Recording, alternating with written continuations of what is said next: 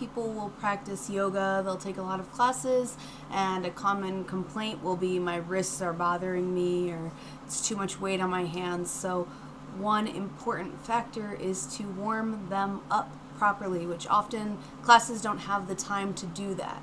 So here you can see it's just basic grips, open, close. You start slow and you want to do it with a lot of power.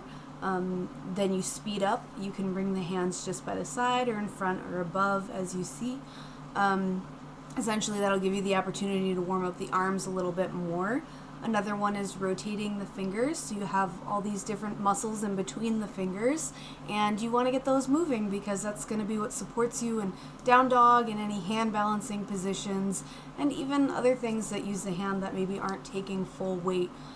So with this, you're warming up the fingers, you're warming up the hands, you're warming up the forearms, and even a bit of the shoulders and the back, right? You want to sit in a good posture. You want to make sure that the body is upright and everything is practiced for what your practice is going to be. So if you warm your hands up and you're slouched over or you're arched out in your back, that's how you're sort of reinforcing these patterns for your practice. So this is simple movement that maybe doesn't take as much brain power that you can start to bring in good practices, good habits. So take this opportunity to get your body in a good position and warm up the way that you want to actually practice.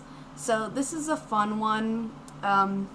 Sometimes you want to do these things and they get boring. You want a way to make them fun. So you take this guy. You can take a block if you have a block. If you don't have a block, you can just use your hand or something else. But the idea is that the upward facing part of it, so here you can see in the palm, it's always reaching towards the sky. So you're really having to rotate the whole upper limb, every joint in the upper limb, to be able to get the palm facing up. And you'll see the shoulder comes forward and opens, it opens. Yeah, so you can play with that a little bit. It's fun. You can do it with both arms if you have the space. Obviously, it's not a big space, so working with what we have, but it's a really good exercise for warming up the body, and it's fun. Sometimes it's nice just to do things that are fun. It used to be a trick we would do with drinks, so if you're really bored and you have a space where you can make a little spilling, you can try it with a glass of water. But stick to the yoga block if you have it. Here it's just basic taking weight.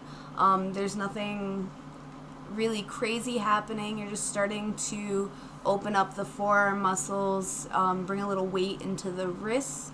Everybody's going to be different here, so you have to listen to your body. If you're feeling any kind of impingement or pain, don't go so far. Just put a little bit of weight just until you feel the muscles stretching a little bit. You don't want to be having pain. This is just to get the body going.